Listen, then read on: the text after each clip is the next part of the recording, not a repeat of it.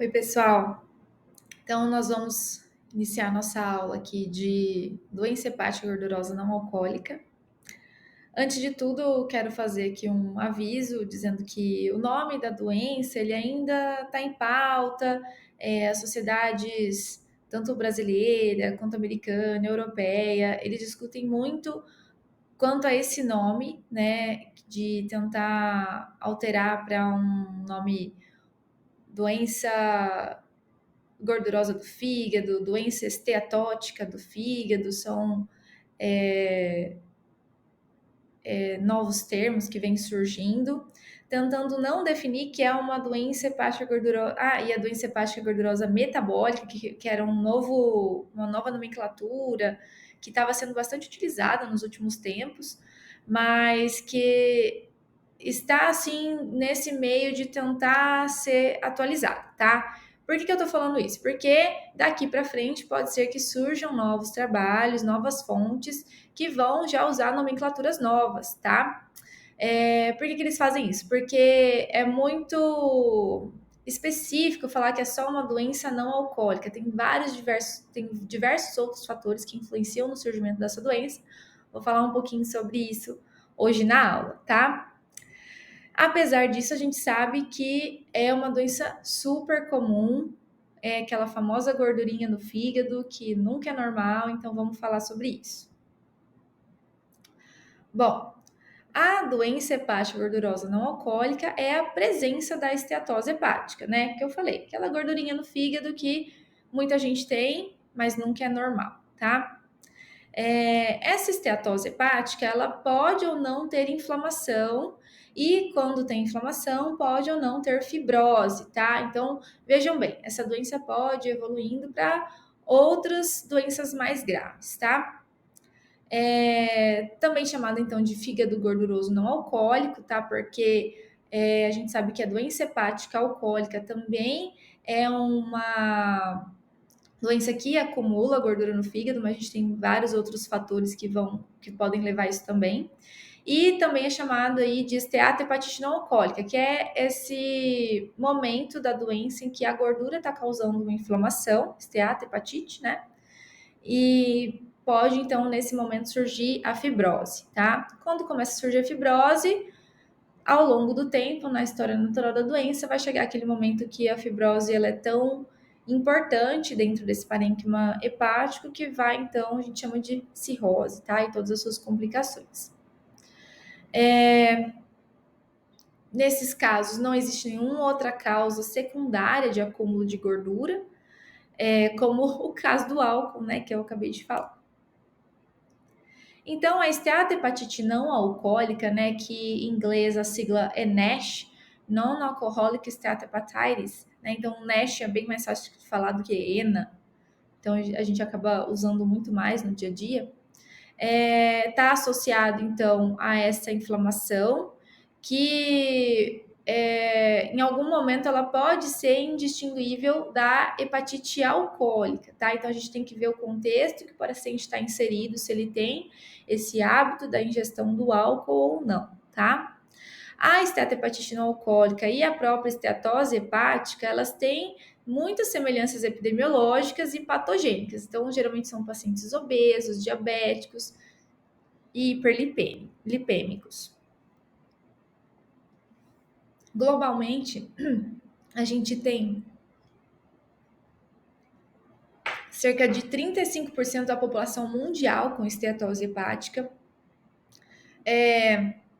Existem alguns trabalhos que mostram aí que diagnosticado por imagem 25%, então se imagina quantas pessoas que não fizeram uma imagem e também tem a presença, né, chegando aí esses 35%.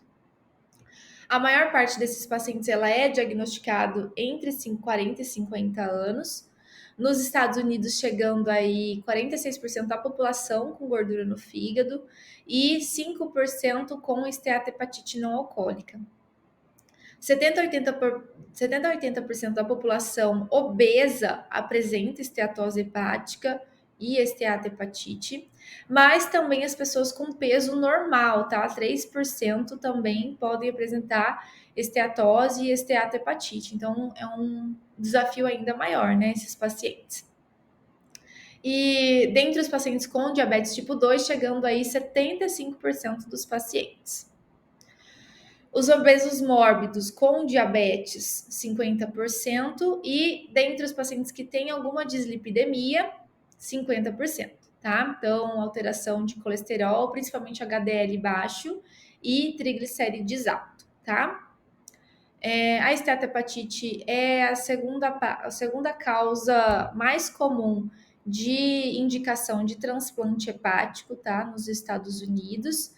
E essa incidência, né, da descompensação do fígado com hepatocarcinoma, com ascite, icterícia e tudo mais, ela está relacionada, então, com essa cirrose associada à esteatohepatite não alcoólica, e isso tem uma projeção de que vai aumentar 2 a 3 vezes até 2030. Então, assim, dá a impressão que pelo aumento da obesidade, pelo aumento das doenças metabólicas, isso provavelmente tende a piorar, tá? A cirrose relacionada, então, com esteatohepatite é a principal causa de transplante de fígado nas mulheres e nas pessoas com mais de 65 anos, e ela já se equipara à doença hepática alcoólica, que também é muito comum, tá? Então, a gente tem outros distúrbios associados à esteatose hepática: a obesidade, hipertensão arterial sistêmica, dislipidemia, resistência à insulina e a diabetes, né? Então, resistência à insulina é o início de tudo, né? Que vai levar a pré-diabetes e diabetes, né? No caso da obesidade, então, a presença e a gravidade da obesidade está relacionado à doença hepática gordurosa não alcoólica e à progressão da doença. A gente sabe que aquela distribuição de gordura corporal androide, né, ou seja, aquela gordura mais formato de maçã, né, que a gente fala, que fica mais concentrada no abdômen, com muita gordura visceral, ela confere maior risco cardiovascular e maior risco ao desenvolvimento de resistência à insulina e à progressão da fibrose hepática, tá? Independente do índice de massa corporal. Então, assim, às vezes você fala assim, o IMC desse paciente não é tão alto, ele é uma obesidade de grau 1 em relação à obesidade de grau 3, mas essa distribuição da gordura no corpo, ela influencia na evolução da doença de forma mais grave. Essa gordura visceral, a gente sabe que ela é metabolicamente ativa, ela é inflamatória, ela tem um componente endócrino, né, que produz adipocinas, que são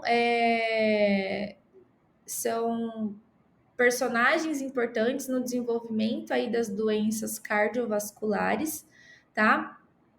E à medida que esse tecido adiposo ele vai ficando mais estressado, disfuncional e inflamado, então ocorre essa sinalização da insulina que vai fazer essa liberação inadequada de ácidos graxos, levar ao acúmulo de lipídios intrahepáticos, né, lá nos hepatócitos, e isso leva à inflamação. Então, esse é o componente aí relacionado à obesidade.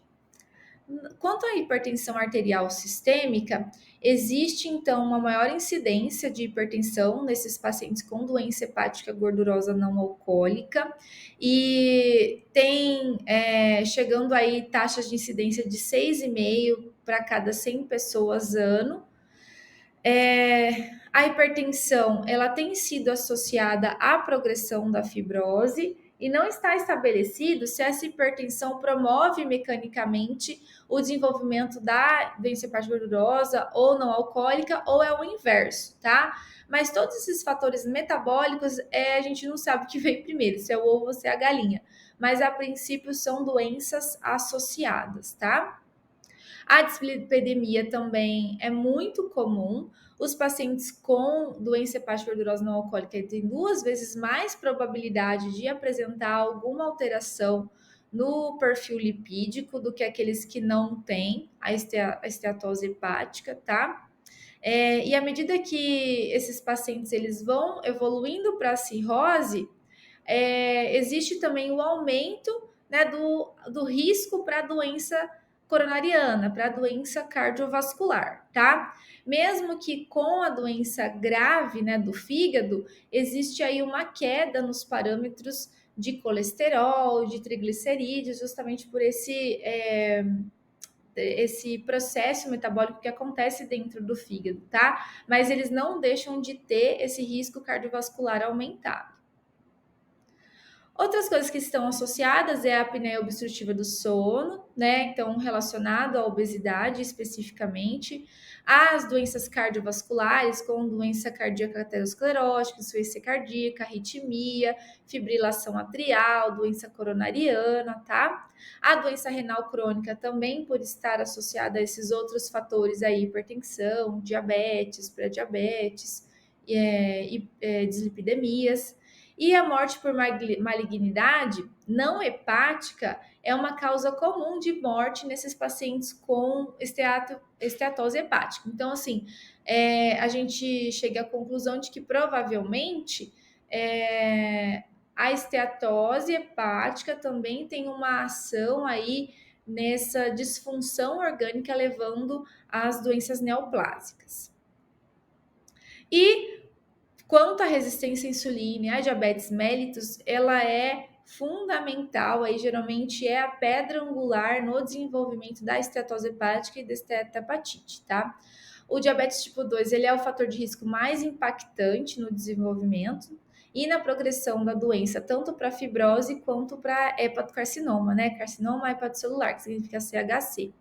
E embora aí a doença hepática gordurosa não alcoólica ela foi descrita em diabetes tipo 1, não tem nem comparação em relação ao diabetes tipo 2. Esse perfil de paciente, sim, é muito mais comum a gente ver esse tipo de alteração, tá? Portanto, já que a gente falou de hipertensão arterial, dislipidemia diabetes, obviamente que a gente também está obesidade, né? Obviamente que a gente está falando de síndrome metabólica. Então, a síndrome metabólica é um fator de risco conhecido para as doenças vasculares, bem como a doença hepática gordurosa não alcoólica, tá? E ela pode estar independentemente também associada às doenças cardiovasculares. Então, a gente vai avaliar aí pacientes que tenham idade avançada, do sexo masculino, obesidade, diabetes tipo 2, que tem aí o hábito do tabagismo, histórico familiar de infarto, miocárdio, esse perfil de paciente são fatores de riscos ainda mais associados dentro desse contexto de síndrome metabólica para o desenvolvimento de doença hepática gordurosa não alcoólica, tá? Outros pacientes que também podem evoluir com esteatose hepática vai ser pacientes com síndrome do ovário policístico, hipotiroidismo, apneia obstrutiva do sono, hipopituitarismo e o hipogonadismo, tá? O que mais que a gente pode falar? Então, a obesidade é o fator de risco mais importante. A prevalência da doença hepática gordurosa não alcoólica, ela se correlaciona ao grau de obesidade. Então, pacientes com índice de massa corporal acima de 30, né, que é quando a gente começa a contar, então, obesidade de grau 1, apresentam um risco relativo para a esteatohepatite não alcoólica de 4,6. E a maioria dos indivíduos com obesidade grave, que se submetem à cirurgia bariátrica, tem também a esteatose hepática, tá? Então, é bem comum. Dentro da doença hepática gordurosa não alcoólica, a gente tem algumas apresentações clínicas, né? Então, a gente tem a esteatose hepática, que é aquela presença da gordura sem inflamação, a esteatohepatite com inflamação mínima, a esteatohepatite com inflamação e fibrose leve, a esteatohepatite com fibrose moderada e a cirrose, tá? Então, pensem que esteatose hepática tem gordura, mas não tem inflamação. A partir da esteatohepatite, então, essa inflamação e a fibrose vão aumentando até chegar no grau de fibrose. De fibrose F4, né, que é o grau máximo de fibrose, e cirrose hepática. Como que é a patogênese, então, dessa doença? A resistência à insulina, então, como eu falei, a pedra angular no desenvolvimento dessa patologia, tá? A teoria mais embasada hoje, né, em estudos, fala que a resistência insulínica ela é o mecanismo chave e leva à esteatose hepática e também à esteatohepatite. Quando o paciente ele tem uma ingestão de energia que excede as necessidades metabólicas e a capacidade de descarte, os carboidratos nas fórmulas de açúcares dietéticos, né, frutose, sacarose, glicose, eles impulsionam a formação e o acúmulo de gordura dentro do fígado a partir daquela lipogênese de novo. Então, é aquilo que a gente já conhece, tá? Que é aquela formação da gordura dentro do fígado. Essa resistência à insulina, ela é quase que universal nos pacientes com doença hepática gordurosa não alcoólica e ela está presente no fígado, no tecido adiposo e nos músculos, tá? Essa resistência à insulina do tecido adiposo, ela é caracterizada pelo aumento da liberação de ácidos graxos livres. Então é daí que a gente vai ver. Os adipócitos, eles liberam ácidos graxos livres no jejum e piora com a progressão da doença hepática gordurosa não alcoólica e da esteatohepatite. O que isso quer dizer? Quer dizer que esses ácidos graxos que são o gatilho para desencadear esse fator inflamatório que está acontecendo dentro do fígado. Então está acontecendo uma inflamação sistêmica, né? Particularmente decorrente desse tecido adiposo disfuncional, e isso contribui para a progressão da doença. Outra coisa que a gente sabe também que existe uma associação seria a presença de alguns cromossomos, né, de uma apresentação genética relacionada ao desenvolvimento da esteatohepatite e da sua progressão de forma mais grave. O mais amplamente estudado foi o PNPLA3, tá? Mas também o IFNL4, e essa sua expressão fenotípica ela é desencadeada por fatores como a adiposidade e os fatores dietéticos, tá? Então aqui, ó, nesse quadro, eu vou mostrar para vocês, ó. Então, olhando aqui nessa chavinha verde, né, tem os fatores modificadores maiores, né? Então, polimorfismos genéticos, a microbiota, fatores ambientais, sociais e também essa ingesta de gordura saturada, tá? Isso vai então começar a alterar lá os mecanismos de saciedade, a disponibilidade, né, de comida, né? Isso vai ter alteração. O fato do paciente ter ou não o hábito de exercícios físicos e essa disposição de energia extrahepática. Isso tudo vai alterar essa ingesta energética que vai exceder as necessidades metabólicas. Então, tudo começa principalmente com hábitos de vida alterados, aquilo que a gente não pode exagerar, né? De ingesta. Principalmente carboidratos que estão na nossa dieta, frutose, glicose e a sacarose, tá? Isso vai alterar esse tecido adiposo, né? Que vai ficar estressado, vai ficar inflamado, vai aumentar essa resistência à insulina. Isso vai, então, aumentar essa circulação de ácidos graxos livres. Esses ácidos graxos livres lá dentro do hepatócito vai desencadear processos inflamatórios, tá? E aí, esses processos inflamatórios com estresse oxidante, né, que vai ser um fator de inflamação dentro do hepatócito, vai gerar inflamação, vai, ó, tô seguindo lá embaixo na seta agora, vai fazer fibrogênese e isso vai levar à cirrose, tá? Outra coisa que essa inflamação vai fazer, a gente vai ter uma alteração do DNA, né, dentro do hepatócito, o que pode degenerar para hepatocarcinoma, tá bom? E como que é a manifestação clínica dessa doença? Bom, a maioria dos pacientes com doença hepática gordurosa não alcoólica, ela é assintomática. Por quê? Porque o fígado ele não tem sensibilidade. Mas alguns pacientes podem queixar-se de fadiga, mal-estar, algum desconforto no quadrante superior direito, tá? Muitas vezes, quando pode estar associado com hepatomegalia. E esses pacientes, eles geralmente vão ser avaliados por alguma alteração incidental, alguma alteração de enzimas hepáticas ou mesmo algum ultrassom que o paciente viu, que a gente fez e a gente viu que tem gordura, tá? No exame físico, o mais comum que pode acontecer é a hepatomegalia. Quando tem esse acúmulo de gordura no fígado, a gente vai ver esse fígado palpável, mais de 2 centímetros do rebordo costal, né? Pode ter, então, bordas rombas. Mas também quando o paciente já está com uma doença crônica avançada, já no estágio de cirrose, a gente vê, então, os estigmas da cirrose, né? Eritema palmar, spiders vasculares, ascite, icterícia, ginecomastia, e aí é todo o contexto de cirrose hepática. Dentre os achados laboratoriais, a gente pode ver, então, alteração leve a moderada de AST e ALT.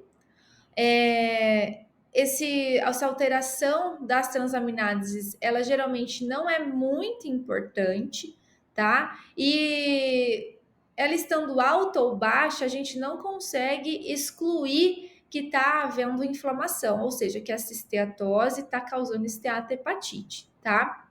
Essas enzimas elas podem estar normais em cerca de 80% dos pacientes com esteatose hepática. Então, é isso, é uma doença silenciosa e se a gente não tiver a atenção necessária, esse paciente vai evoluir para cirrose e para hepatocarcinoma, tá?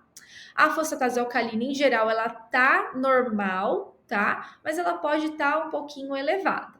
Principalmente quando tá uma doença crônica avançada. A gente sabe que a fosfatase alcalina, ela é uma enzima relacionada a vias biliares. Como a gente está falando de uma doença hepatocelular, é mais comum que ela esteja normal, tá? Os níveis de albumina e bilirrubina, eles vão se alterar só na doença crônica avançada. E alguma outra anormalidade que a gente vai ver vai ser, por exemplo, o INR alargado, né? Plaquetopenia, neutropenia, em relação também à doença crônica avançada, tá? Outros achados também é que a ferritina ela pode estar elevada nesses pacientes, tá? E o que isso quer dizer? Quer dizer que tem excesso de ferro? Não. Quer dizer que a ferritina está sendo um marcador inflamatório dessa doença que está acontecendo no fígado, tá? Isso é bem comum mesmo. E esses pacientes com esteatose hepática, elas também podem ter alguns anticorpos positivos, mas com titulação baixa, ou seja, a gente não tem um valor para a doença autoimune nesse contexto, tá? Claro que a gente vai descartar essas doenças muitas vezes até com a biópsia hepática, para falar assim, olha, eu tenho essa doença no fígado, eu tenho elevação de enzimas e eu tenho esses autoanticorpos. Tem todo o contexto metabólico de obesidade, hipertensão, diabetes e tudo mais, mas eu tenho esses achados aqui. Será que pode ser também uma doença hepática autoimune? Aí a gente vai verificar isso muitas vezes na biópsia, a gente vai falar disso. Então, na imagem, em geral, existe uma apresentação específica, né, na ultrassonografia, com diminuição da atenuação hepática na tomografia e aumento do sinal de gordura na ressonância, tá? Então, como eu falei, muitas vezes é um achado incidental, o paciente faz esse ultrassom do abdômen, algum outro exame do abdômen por outro motivo e acaba vendo que tem gordura no fígado, tá? E esses pacientes, eles apresentam frequentemente achados associados à síndrome metabólica, que a gente já comentou. Como que é, então, a avaliação inicial desse paciente com doença hepática gordurosa não alcoólica? Na história, a gente vai checar, então, se o paciente ele tem uma história atual ou prévia de obesidade, se usa uso de medicações, se tem história familiar de diabetes, de esteatose ou de cirrose na família. Faz então essa triagem para uso de drogas, álcools, a gente vai ver qual que é a quantidade, o padrão e a duração. No exame físico, a gente pode avaliar então qual que é o tipo de distribuição da gordura dele, né? Por exemplo, o mais grave seriam o obesidade androide, que é aquele que acumula no abdômen, principalmente, ou aquele lipodistrófica, que é quando a gente tem também muita gordura central e aquele bracinho e perninha bem magrinho, sem gordura, tá? Isso também está associado, então, à resistência insulínica. E outros achados são os estigmas de hepatopatia crônica, tá? Dentre os laboratórios, então a gente vai pedir desde o hemograma para ver as plaquetas, né? Olhar se o paciente tem sinais de pré-diabetes, diabetes e resistência insulínica, avaliar o perfil lipídico, ver se o paciente pode ter alguma alteração renal em relação às doenças metabólicas e vai descartar aí outras causas, por exemplo, hepatite C, né, doenças autoimunes, hemocromatose, doença de Wilson e deficiência de alfa-1-antitrypsina, tá? E como que a gente faz o diagnóstico, então? Os critérios diagnósticos para definir a doença hepática gordurosa não alcoólica, a gente vai ver o paciente que demonstra esteatose e na imagem ou na biópsia, que a gente excluiu, então, um consumo significativo de álcool, a gente exclui outras causas de esteatose e exclui doença hepática crônica coexistente, tá? A gente vai, então, ver se o paciente não tem presença aí do vírus da hepatite C, né? Quando a gente faz a pesquisa do anti-HCV, a gente verifica se o paciente também tem hepatite A, hepatite B, né? Com as sorologias específicas para hepatite B. Avalie então o perfil do ferro, né? Vendo se o paciente tem sobrecarga férrica, para pensar em hemocromatose. Avalia também níveis de gama-globulina, anticorpo nuclear, anticorpo músculo liso, e o anticorpo LKM1, que são exames específicos para a gente pesquisar hepatite autoimune. Dentre os exames radiográficos, então a gente pode detectar a doença hepática gordurosa não alcoólica, mas a gente não consegue definir se o paciente ele tem só esteatose ou se ele já tem um grau de esteatohepatite. Aquela graduação que vem no ultrassom, muitas vezes, a gente não tem uma correlação com a gravidade da doença. Enquanto na ressonância pode ter, mas eu vou falar disso daqui a pouco. Aí na ultrassom, então, o paciente vai ter uma alteração aí de textura hiperecóica, ou então eles como se o fígado fosse brilhante, né? Ele vai ter um aumento aí dessa infiltração gordurosa. A elastografia é um método para avaliar a fibrose do fígado, então é um aparelho, um software que pode estar associado ao ultrassom, ou então é uma avaliação específica, tá? E que a gente avalia então fibrose, né? Isso pode dizer se o paciente já está evoluindo para esteatohepatite, tá? E na tomografia e na ressonância, a gente sabe que a espectroscopia por ressonância, que é quando ele faz a quantificação de gordura, ela é bem interessante e ela pode ser útil nesses pacientes que tenham pouca gordura no fígado, porque a ressonância ela consegue realmente quantificar a porcentagem de gordura que tem nesse fígado, tá? E pode também te indicar se é um paciente mais propenso a desenvolver essa esteatohepatite ou não. Quanto aos métodos não invasivos, né, além da elastografia, a gente tem alguns scores, que é uns cálculos médicos que a gente usa. Então, tem o APRE, que a gente faz a relação de AST e plaqueta, a relação AST-ALT e o FIB4, que também podem predizer grau de fibrose hepática, tá? A biópsia hepática é o padrão ouro no diagnóstico tanto da doença hepática gordurosa não alcoólica quanto da esteatohepatite não alcoólica, a NASH, né? E a gente tem que ter um patologista especializado no diagnóstico dessas doenças, tá?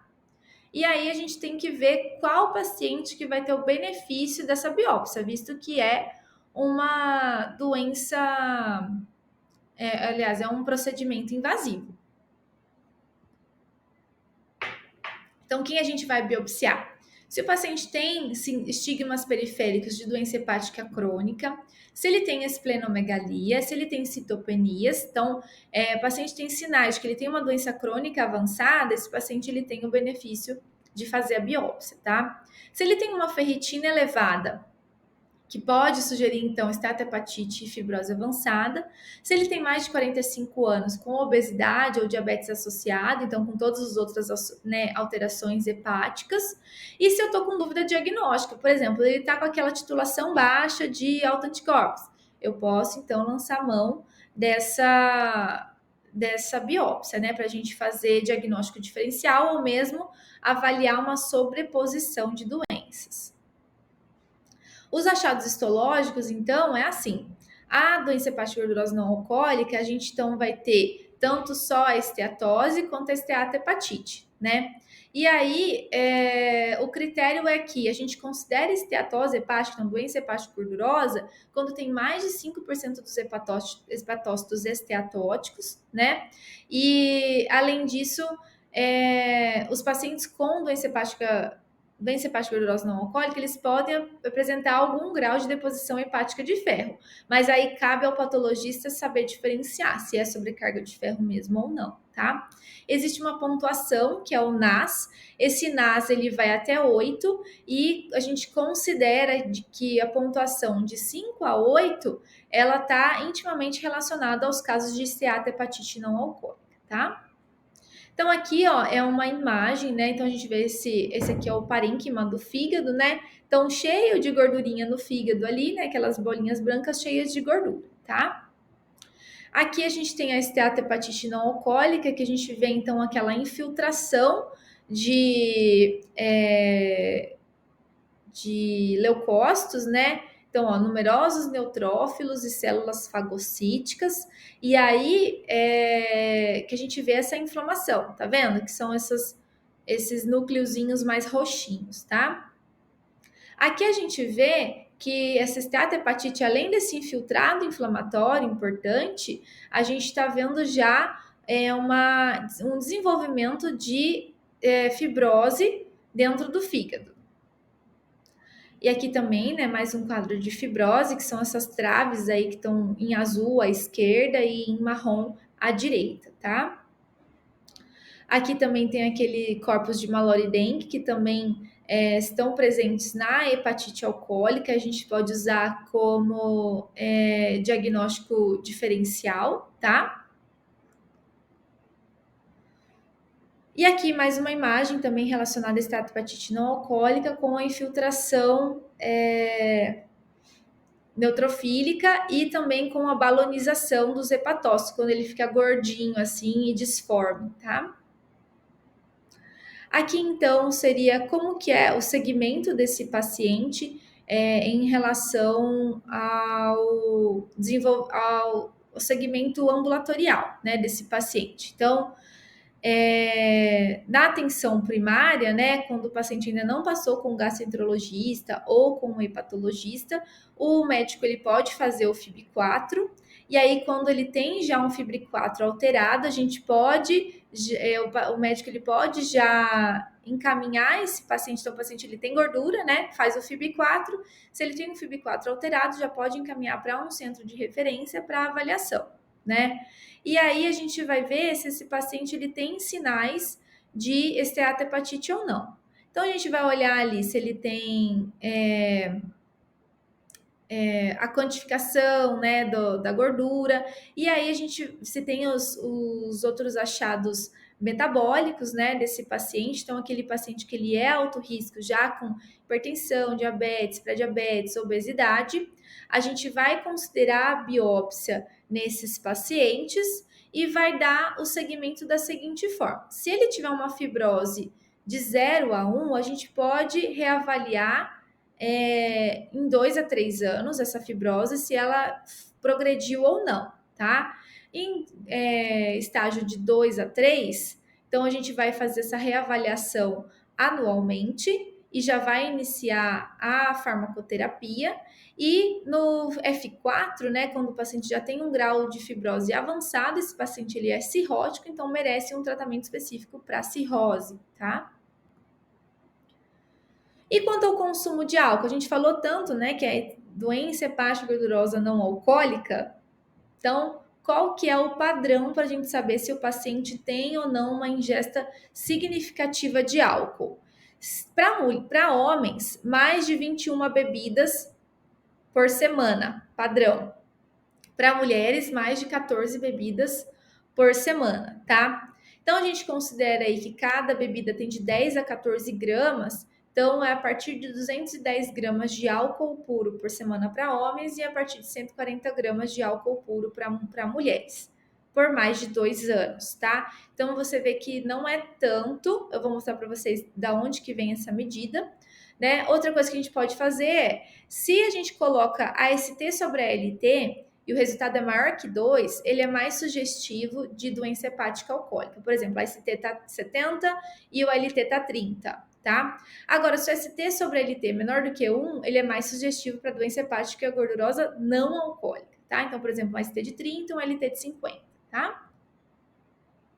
E aí, como que a gente faz essa distinção aí? Uma bebida padrão, então, vai ser ou uma lata de cerveja, ou uma long neck, né, também, ou uma taça de vinho, ou uma dose de destilado. Então, uma lata de cerveja de 350 ml, uma taça de vinho de 100 a 150 ml, uma dose de uísque de 50 ml. Cada uma representa uma dose padrão, representando aí de 10 a 14 gramas de álcool puro, tá? Como é o tratamento, então? Fiz toda essa avaliação, agora eu preciso indicar o tratamento. O tratamento para todos os pacientes é o emagrecimento, tá? A perda de peso. A perda de peso, e sempre a gente precisa de uma dieta hipocalórica e hipogordurosa, tá? Não adianta ter uma ingesta muito calórica, eu não vou compensar com exercício físico. Isso não adianta, eu preciso da dieta, tá? E aí, então, eu vou associar essa dieta com atividade física. E aí, para diminuir tanto essa gordura, e isso vai diminuir resistência periférica à insulina, e isso vai melhorar o padrão da doença hepática, tá? O tratamento das condições associadas é essencial, então eu vou tratar de lipidemia, diabetes, pré-diabetes, resistência insulínica e também a hipertensão, tá?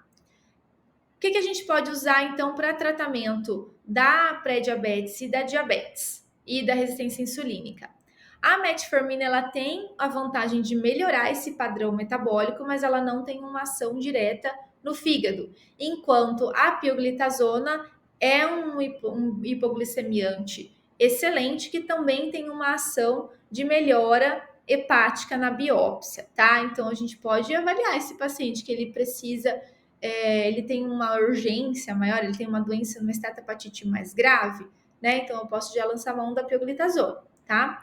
A gente sempre associa também um antioxidante, que é a vitamina E, né? E a dose é 800 unidades por dia, tá? A gente pode fazer 400 de 12 em 12 ou 800 uma vez ao dia. Existem várias outras medicações que foram estudadas, estão sendo estudadas, mas a gente ainda não tem nenhum benefício específico, tá? Quanto ao ácido obeticólico, o ácido ursodesoxicólico, então isso aqui a gente ainda não tem benefício na nossa prática, tá? A cirurgia bariátrica nos casos de obesidade mórbida, né? Obesidade grau 3, né? Com uma esteatose hepática importante, pode se beneficiar e muito, tá? E, claro, os famosinhos, né, do momento, liraglutida e semaglutida, principalmente, eles podem, então, ser essenciais, né, principalmente a semaglutida, que é o campeão aí no tratamento da obesidade hoje em dia, tá? Outra coisa que a gente pode fazer, então, que eu falei, né, que a dieta ela tem que ser hipocalórica e gordurosa, tá? Existem várias opções de dietas, né? Por exemplo, o paciente faz dieta low carb, dieta cetogênica, existem todas essas manobras de dieta, mas o que eu posso dizer é o seguinte, que geralmente dieta restritiva é mais difícil de ter um benefício, tá? A longo prazo. Um forte candidato para ser a dieta ideal seria a dieta mediterrânea, né? Que ela é baseada em grãos e oleaginosas e proteínas de baixo valor calórico e alto valor nutritivo, tá? Então, isso é uma grande opção. Essa dieta mediterrânea ela tem um alto impacto também nas doenças cardiovasculares, então vai ser win-win, né? Então, assim, importante é uma, uma forma de tratamento que pode ser excelente para esse paciente, que muitas vezes vai ter realmente essa doença hepática, essa doença cardiovascular associada, tá? Lembrar das atividade física, né? Então, a gente tem que prescrever que esse paciente ele faça aí pelo menos de 3 a 5 vezes, meia hora de exercício físico por semana, tá? Os pontos chaves, então, seria a perda de peso para melhorar a esteatose, melhorar a esteatohepatite, melhorar a fibrose, tá? Essencial. A gente pode, então, tratar as comorbidades, né? E também, olha só que interessante, o consumo do café se provou também benéfico para as doenças hepáticas gordurosas. Então, para a gordura do fígado, ele também é um adjuvante ali. A gente pode inspirar o paciente a ingerir café, lógico que sem açúcar, né? Obviamente. Então, esse tratamento, a gente vai ter uma associação, então, desse manejo, tanto cardiológico aí da hipertensão, quanto dos lipídios, o manejo do peso, né, com intervenções aí tanto dietéticas quanto medicamentosas e de exercício físico, e muitas vezes esse paciente ele também pode lançar mão de algum tratamento psicoterápico, que muitas vezes a doença também existe algum transtorno, né, de compulsividade, esse tipo de coisa, então a gente tem que lembrar dessa abordagem multidisciplinar, tá bom? E existem então as medicações específicas para tratamento aí da gordura em relação tanto à resistência insulínica, pré-diabetes, diabetes, que seria a pioglitazona, que é uma droga importante nesse cenário, e também a vitamina E, tá? Como antioxidante. Então, aqui são as doses, né? Isso aí, né? A gente não precisa decorar a dose nenhuma, mas só para vocês saberem. Então, vitamina E e a pioglitazona e a semaglutida, que hoje são os campeões aí no tratamento da esteatohepatite não alcoólica, tá? Como é o prognóstico, então? Esse paciente ele vai ter regressão da esteatose e da fibrose hepática em até 45% dos casos, desde que eles façam esse tratamento regular, tá? Principalmente os que conseguem reduzir o peso com mais de 10% do peso inicial. Então, assim, pensa que o paciente ele tá lá com 120 quilos, né? Se ele reduzir aí 12 quilos, ele vai com certeza já modificar a doença, tá? E a gente consegue reverter o grau de fibrose, consegue reverter a parte dessa gordura, né? Então, assim, a gente consegue levar o paciente a uma remissão da doença, tá? A não ser que o paciente já esteja com grau de fibrose avançado, em geral F3, F4, e aí nesses casos é mais difícil a gente reverter a fibrose, mas a gente consegue reverter a inflamação e evitar a evolução dessa doença. Se o paciente já chegou com cirrose, a gente tem toda essa complexidade, né, do tratamento da cirrose, que vai ser um assunto para outro momento, tá bom? Então, por hoje era isso, tá? Essa aqui foi a bibliografia dessa aula e também eu queria agradecer que a gente está juntos aí. Então, qualquer dúvida, entre em contato. Tudo de bom.